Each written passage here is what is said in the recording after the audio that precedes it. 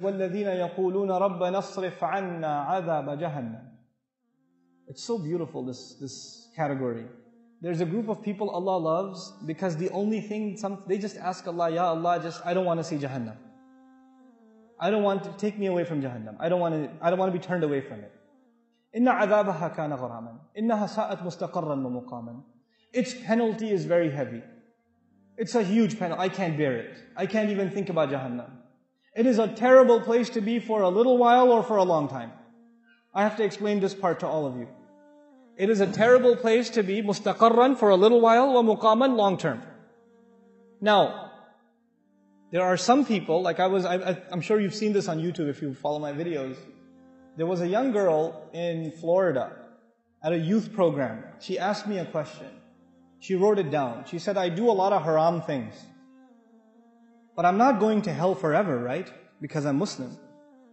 So even if I do go to hell, it will not be forever. This dua says, I don't want to go to Jahannam, not for a long time, not for a short time. I don't want to see it.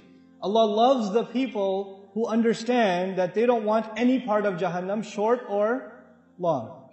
There are some Muslims who say, of course I don't want to go to Jahannam forever, but I don't know, one weekend, maybe we could do that much haram. You know, this is from the Jews. Ayyama ma'dudat. They said a few days, we can handle it. I mean, come on. You know. After that is the Jannah, man. It's okay. So then you party here, you pay one weekend price, and then you go back to Jannah. What's the big deal? Allah says, those are not Ibadur Rahman. Ibadur Rahman are the people, the special people to Allah are the people who say, Ya Allah, I don't want to see Jahannam, not for a day, not for 2 days, not for a minute, not for a second, and not permanently. I don't want anything to do with Jahannam. There's an ayah in Surah Al-Anbiya. There's one ayah in Surah Al-Anbiya that describes the least punishment in Jahannam. Jahannam is described in so many places in the Quran, but the least, the easy punishment of Jahannam is described in Surah Al-Anbiya. How easy is it? The person described has not tasted the fire. They have only tasted a breeze. You know, when you have a fire, it has a hot wind. The hot wind is called lafha with a lam. But the ayah doesn't use lafha. It says, وَلَئِن مَسَّتْهُمْ نَفْحَ with a noon. With a noon, it actually means a cool breeze, not a hot breeze. And nafha is used when, when you close the door and some hot air comes in, as you're closing the door, that the air that comes in or goes out, that's called nafha. Allah says those people will taste a nafha, air. Not even inside Jahannam, where? Outside. They haven't even gone in yet. And they didn't taste fire, they didn't taste lava, they didn't eat anything, they're just exposed to air. And it touched them barely, massathum, it barely touched them. You know, sometimes you're boiling or frying things and something comes out and it touches you just a little bit. But that's not air, that's liquid. Allah doesn't say air, liquid will touch you. What does He say? Air will touch you and it will barely touch you for a split second. Split second it will touch you. That's it. And it won't even be the full-fledged air. It will be not nafhatu adhabi rabbik. It will be nafhatun min adhabi rabbik, min littaqleel. It's to make it very little bit of air.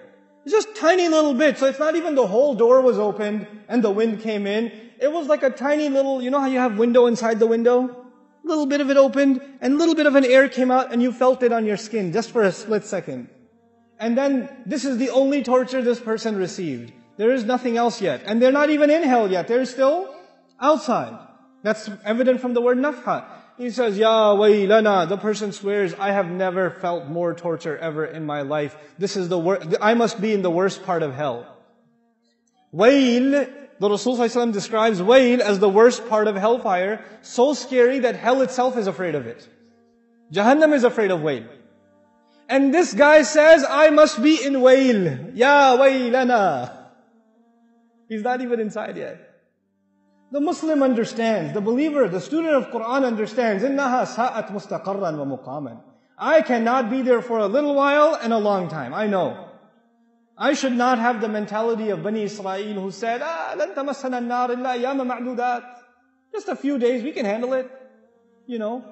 I've had long, hard, hot road trips outside with no air conditioning. I'm tough. No. إِنَّهَا سَاءَتْ مُسْتَقَرًّا وَمُقَامًا. This is a category by itself. These people are special to Allah. The only thing they ask Allah is, Ya Allah, I don't want Jahannam. I don't want Jahannam. Never, at all. That dua itself qualifies you to be special to Allah. Subhanallah. What a mercy from Allah. قل يا عبادي الذين أسرفوا على أنفسهم لا تقنطوا من رحمة الله.